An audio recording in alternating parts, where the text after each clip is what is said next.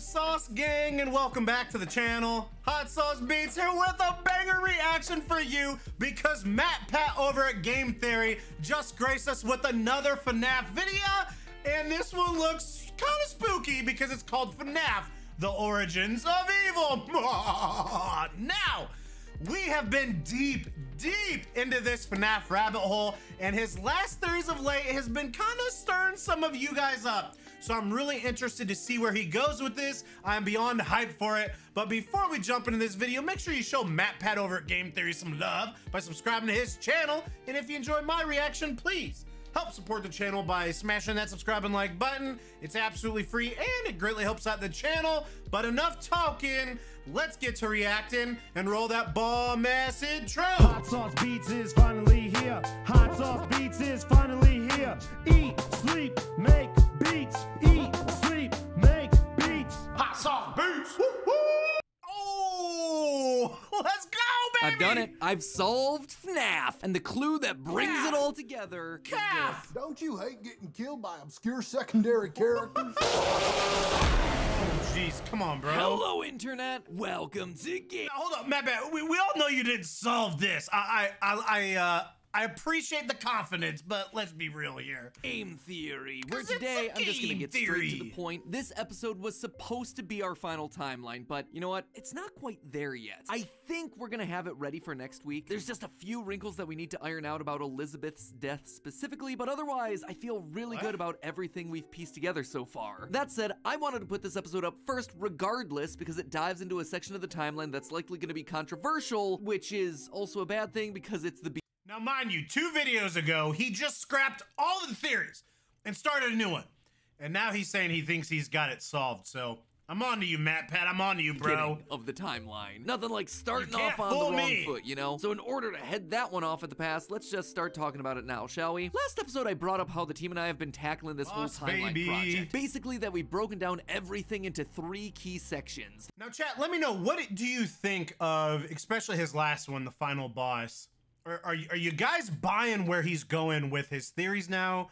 Are you not? Let me know in the comments, and we'll see where he's going with this one. The foundation of Freddy's, the Afton era, and post-Purple Guy. In that episode, we dug hard into the last chunk, trying to figure out the recent history with things like FNAF VR and Security Breach. But even trickier is the first chunk, the foundation of Freddy's. You see, at this point, we all have a general basic knowledge of the games, right? Kids die, animatronics get possessed, all that good stuff. But here, that foundational stuff right at the beginning, that's the murkiest, because honestly, there's not a lot that's immediately clear that we can go off of. Sure, there's a couple of lines from Phone Guy, maybe a sentence or two from the novels, but otherwise, it seems to be about it. How did William Afton and Henry Emily start working together? Were they rivals? Why did Afton start killing in the first place? Was Fredbear's Family Diner truly the first location? These are questions that seem important for us to answer, and honestly, if you're looking at where the timeline— I've never even thought of that. Like, why did he start killing? Like, was there a reason behind it? Did he just go cuckoo for Cocoa Puffs?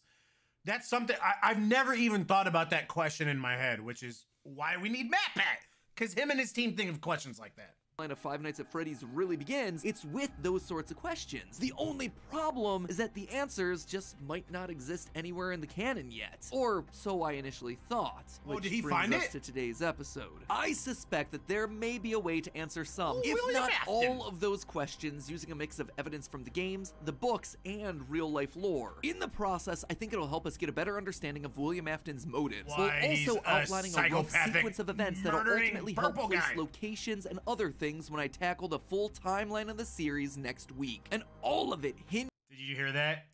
Full timeline next week. I know he said in the beginning of the video, but I didn't make a comment on it. Man! Oh, just in time for Christmas too! Let's go, baby! On one thing. You know we're gonna be peeping that out. Come on now. Characters named the Mediocre Melodies. Orville Elephant, Ned Bear, Pig Patch, Happy Frog, and of course, Mr. Hippo. Sometimes a story is just a story. You try to read into every little thing and find meaning in everything anyone says, you'll just drive yourself crazy. Yeah, I know, Mr. Hippo, I get it. That has been leveled at me more times than I can count. But I think in this case, we actually didn't read into you enough. You see, when the mediocres were first introduced in Pizzeria Simulator, we, as the community, largely dismissed them. And Drake's like, this is a game where you're pulling animatronics out of a dumpster. Trash and the gang are literally made of garbage. Why would we think that some random barnyard-themed characters would be worth our attention when there was already so much established lore inside of the thing? We beat the game, we solved the lore, we moved on. Then Ultimate Custom Night released, and there they were again. It was strange to see them fill so many slots, but I don't know, there was also Trash in the gang, and Music Man! Other random pulls from the character deep cuts, so maybe it was just Scott trying to fill out the roster. But then something unexpected happened. Well, they were mostly treated as a joke. If you died to them, every once in a while they'd give voice to the most important character and mystery from the game. The one you shouldn't have killed, Cassidy. We've only just begun. I will never let you leave. I will never let you rest. It was a huge... I see where he's going with this theory, dude. Like, that voice, dude, it sends chills down my spine, dude. I'm like, negative!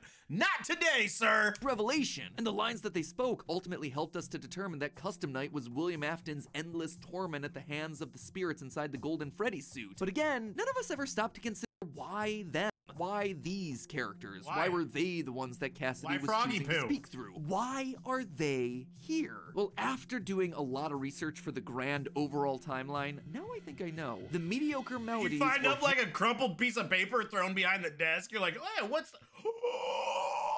Henry's creation from a time before he and William started working together. When the two men merged their ideas together to form one company, the mediocres became temporary characters at Fredbear's Family Diner before eventually being retired and largely forgotten. Oh yeah! That is a lot of big swings that I'm making with some massive assumptions. So let's just rewind and take it one step at a time, shall we? First, how do we know that the mediocre melodies belong to Henry? Well, let's just look at their design. It's very simple. They're similar to the Endo 01 designs from the FNAF 1 animatronics, but even more rudimentary, with less flexible joints and less complex wiring. But the important point here is that for each one, the upper jaw and the lower jaw are entirely separate, operating using a very basic hinge towards the back of the head, or two metal bars that slide up and down along the side. And you see, that right there is what tells us they belong to Henry. Well, there are plenty of animatronics that fall into a nebulous zone of who designed them. There are a few pieces of tech that we can definitely trace back to their original creator. The Funtime animatronics, for instance, definitely came from Afton. Not only were they designed with the intent of luring and capturing children, something that just doesn't jive with Henry, but the blueprints outright have Afton robotics written in the corner. Not much you can do to deny that one. Sound illusion discs? Another Afton creation, considering the backs of them are stamped with his company name as we see in the graphic novels. But the one I'm most interested in today is Lefty, the animatronic designed by Henry used to capture his daughter the puppet during FNAF 6. That was clearly not an Afton project. This was purely Henry's doing in secret. So, knowing that, did you happen to notice the two straight metal rods in the schematics with the jaw fully detached from the top of the head? It's an exact match for the design of Happy Frog. It's a Henry signature. But why does that matter? Well, the designs of the mediocres also perfectly match up to the first generation of Freddy, Foxy, Bonnie, and Chica. We know that the Wizards were the earliest form of our core 4 animatronics. These were the ones that had children stuffed inside of them and got possessed. They outright tell us this fact in Ultimate Custom Night. I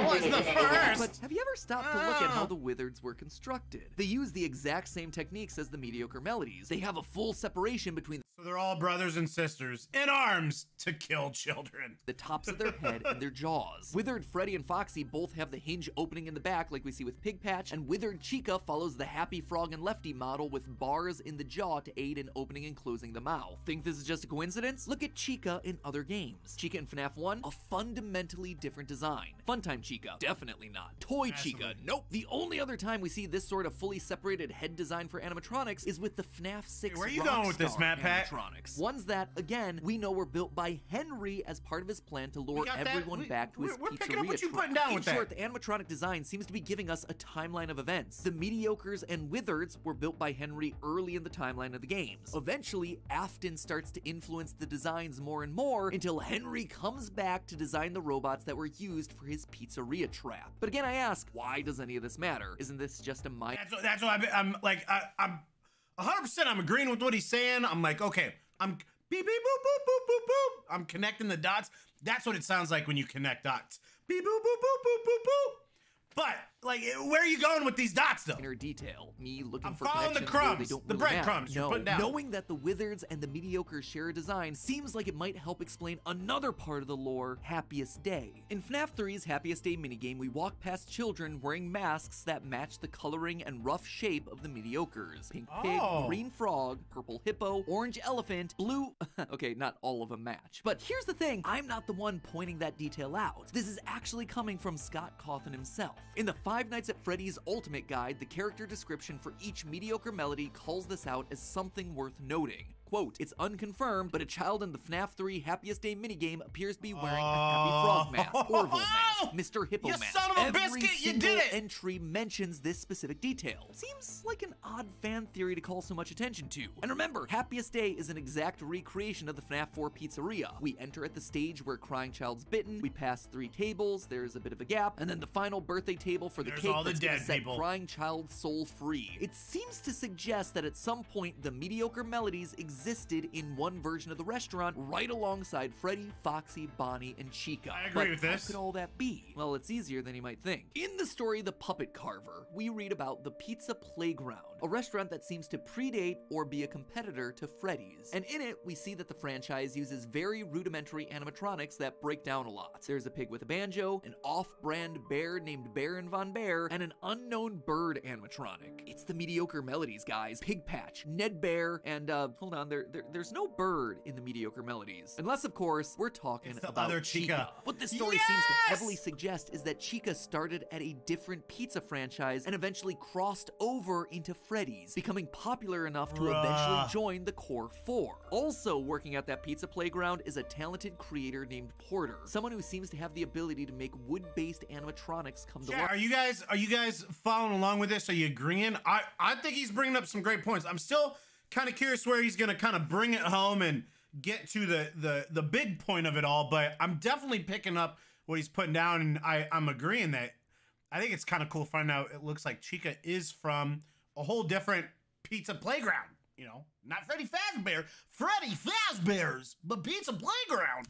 Life. In short, it's the book's stand-in for Henry. Henry may not be the most technologically advanced creator out there, but whatever he creates contains this certain X factor about it, a spark of life. It's how he's able to create endoskeletons out of nothing but wood. No power, no nothing, just wood and a childlike imagination. This, I think, starts to give us an important piece in the puzzle. Afton was the business guy, a tech bro who was smart and could build machines able to mimic voices and transform and launch giant claws out of their stomachs for no apparent reason. But it was Henry who had the pure love of his craft, that intangible thing that just couldn't be replicated, and it drove Afton crazy. In the Silver Eyes novel, we read a bit about Afton's old journals, that they were, quote, full of raving paranoia. Passages about Henry that ranged from wild jealousy to near He's worship, too smart, which damn it! Gets us moving towards a motive. You see, one thing that I kept getting stuck on in the building of a timeline was the question of why. Why does Afton kill? And out of everyone, why does he kill Henry's daughter, Charlie, specifically? She is one of, if not the first victim of the entire series. So why does Afton do it? Just because he's evil? Just because Henry's he's too smart from the bar at Juniors? No. I think Afton both loved and hated his business partner. He admired him and his magic, but also despised him for his success. This contradiction starts to point us to Afton's motive for murder. Kill his daughter. Finally helps You're too smart, so now I'm gonna kill your daughter, Henry.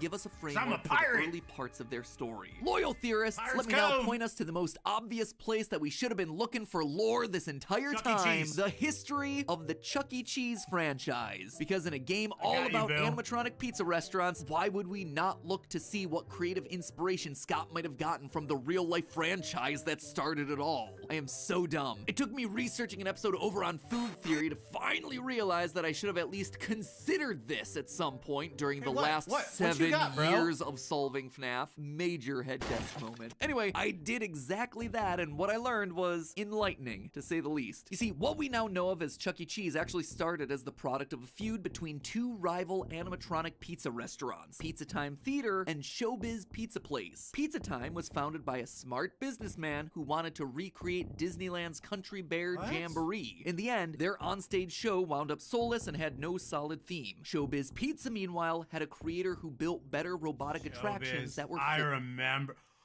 Oh my god, dude! I've not seen that guy in forever.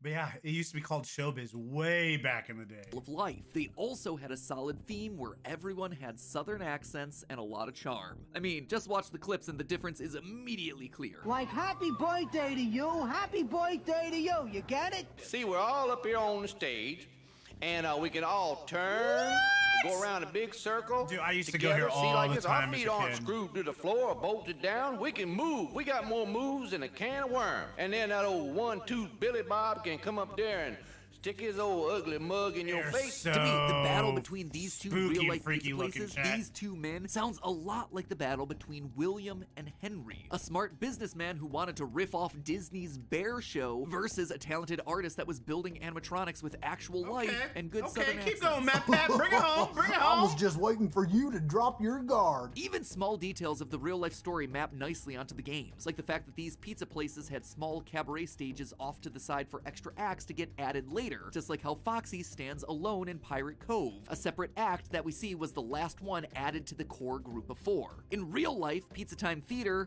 the one I most associate with William Afton, went heavily into debt and was forced to merge with Showbiz Pizza. That meant that, at least for a while, all the animatronics existed under one roof, but because the characters from Pizza Time were stronger for branding, specifically Chuck E. Cheese, that's the ones that they ultimately moved forward with. I suspect that something similar happened in the games. William's bear-themed restaurant went heavily in debt. He gets saved by his rival Henry, and the two merge their restaurants together to create Fazbear Entertainment. Chica, a mediocre melody, officially joins Fredbear's cast of friends, and the rest are slowly phased out to obscurity. And William, angry and bitter, never truly lives down the humiliation of his failure, prompting him to lash out in a drunken rage against Charlie one night behind the pizzeria. This feels right to me, to set up William as more than just an evil purple guy. This flow of events actually gives him a reason to want to kill, a motive. It also aligns with a lot of the interviews that Steel Wool Studios has been doing recently. J-Top, creative director at Steel Wool, recently acknowledged how important it is for your horror villain to be an actual, fully fleshed out, tragic character. Try not to set out to make a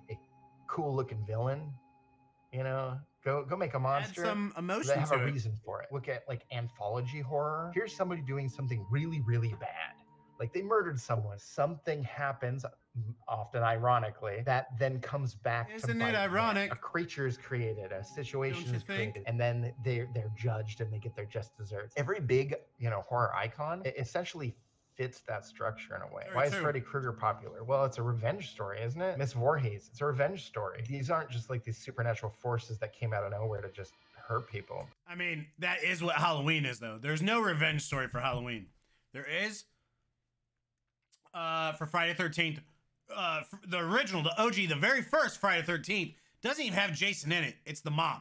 Because Jason Voorhees drowned in a lake when the campers were supposed to be watching. Anyways, yeah, I like this. I'm liking this point. They were results of other. So we're trying to humanize Purple if Guy. I'm right, follows this exact pattern. His jealousy over Henry's skill causes him to lash out, which in turn dominoes to him building the very robots that'll eventually take Elizabeth and his crying child's son away from him. The other thing that this mediocre melody timing issue may help explain is Cassidy's death. In the Fazbear Frights books, there's Andrew, who's basically the book stand-in for Cassidy. I know we're always supposed to take things in the books with a grain of salt, but Andrew here is an angry spirit that keeps William's soul tethered to a hellish purgatory so it can be punished again and again and again. He's also known to have had his body stuffed inside a Golden Freddy, so really the connections between the two aren't subtle. But Andrew has two unusual details about him. First, he wears an alligator mask. Second, and even more strangely, it's repeatedly made clear that his soul is attached not to an animatronic or an endoskeleton or anything like that, but to a battery pack, of all things. Now that is unusual. He's stuffed into Golden Freddy, but his soul is in a battery pack. Where in this franchise do we see animatronics using battery packs, let alone off-branded animals using battery packs? Oh wait, it's the Mediocre Melodies. Could they possibly have been around during the missing children's incident? Yes. Given what we already talked about with the Generation 1 Freddy, Foxy, Bonnie, and Chica matching the designs of the Mediocre Melodies, it's certainly possible. We also see that the Golden Freddy suit has the same Henry style of design. In both the Fazbear Frights illustrations as well as FNAF 4's minigames, we see that Golden Freddy has the separated jaw controlled by 2 straight bars, just like Lefty and just like Happy Frog. And last but certainly not least, we come all the way back around to the point that I started this whole episode with. Cassidy speaks through them, of all characters. Not through Golden Freddy, not through Fredbear, through the Mediocre Melodies, the animatronics with a battery pack. Just thought it was an interesting series of connections. So anyway, those were some stray observations that I've been kicking around about the Mediocres. What do you think? Do they have greater lore importance to the story than we initially thought, or are they just meant to be a joke? Am I just falling victim to everything that Mr. Hippo warned me against? Let me know down in the comments below now, because this is your last chance for them to affect the final FNAF timeline for 2022. Our interpretation of all the events in the series up to now. That episode will be coming in the next week or two. I swear, I am not putting it off anymore. We are gonna plow through this thing to the very end. We have gotta finish it. Gotta finish it, man. We've gotta finish it. Just So close. I gotta do it. So make sure you subscribe to know when that one is uploaded. And in the meantime, remember, stay hydrated. I appreciate that today's theory might be a lot to swallow. Fortunately, you can wash it down with help from today's sponsor, Air Up. In the FNAF world, smell is usually a bad thing. It's the kind of thing that you can get fired for. But Air Up is using smell for good. The science. Here we go. I'm certain that he's on the naughty list every year. Plus, not only are there great bundles, Air Up is offering my daughter got an Air Up and absolutely loves it. I just want to hear the Theorist at checkout. That's GAMETHEORISTS to get 10% off your order. So head on down to the description to check them out and see how crazy awesome science can be when it comes to making your drinks healthier. As always, my friends, remember, it's just a theory. A game theory. Thanks for watching. Let's go! All right, chat, let me bring you in here. Let me bring you in. Dude, I'll tell you what, Matt Pat, again, just some of these theories, you're not quite sure where he's going with it. And it sounds so outlandish and crazy, but then he just connects these dots and you're just like, dude, how is this not true? So yeah, definitely let me know in the comments. Are you guys vibing with this? How do you think this final timeline of 2022 is gonna look? Because again, he's kind of sprouting off on some uncharted territory with these theories that a lot of FNAF mega fans have not been jiving with. But I know he's not just throwing out random theories just to do it, and he's got a whole team that are diving deep into this. So I think if anyone can truly solve the FNAF lore, it's Matt Pat and his team. So I absolutely love this. It was definitely pretty dark. And to think that Cassidy's, do you guys agree with that?